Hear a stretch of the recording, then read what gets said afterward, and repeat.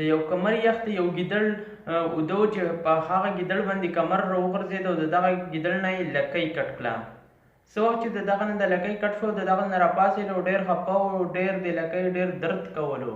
نو د دغه نه خفه روان دی او په رو کې ورله بل ګیدړ مخې له راغلی دی. نو کله چې بل ګیدړ لیدلی دی نو هغه ورته وایي چې ظالمه تا خو د ځان نه لکۍ کټ کړې ده، دا تا په ځان باندې څه چل کړی، ډېر بد ښکاري. هغه ورته ویل چې زه بد نه ښکارم، زما زړه ته خوشحالي ده، زما زړه ته سکون دی.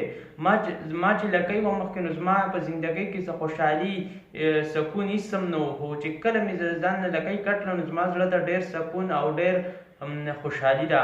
نو دغه بل یې هم راضي کړی دی او دغه یې بولی دی او د دغه نه یې هم لکۍ کټ کړې ده. نو څه وخت چې د دغه نه لکۍ کټ کړې دی نو دغه ورته وایي چې زما زړه ته خو سکون خوشحالي هېڅ هم نشته، تا خو ویل چې زموږ زړه ته به سکون وي. نو هغه ورته ویلي چې په خوله لاس کېږده، که چېرته ما ته په دې علاقه کې بې لکو یو او نور خلک په نورو ګیدړانو چې لکۍ نو هغه په ما په تا پسې خاندي، خو دا مه وایه چې درد کوي او سکون نشته خوشحالي، خو دا وایه چې خوشحالي ده او زړه ته سکون دی او راځئ تاسو یې ټول کټ کوئ. نو په دغه علاقه کې یو ګیدړ داسې هم پاتې نه شو چې په هغسې لکۍ وه.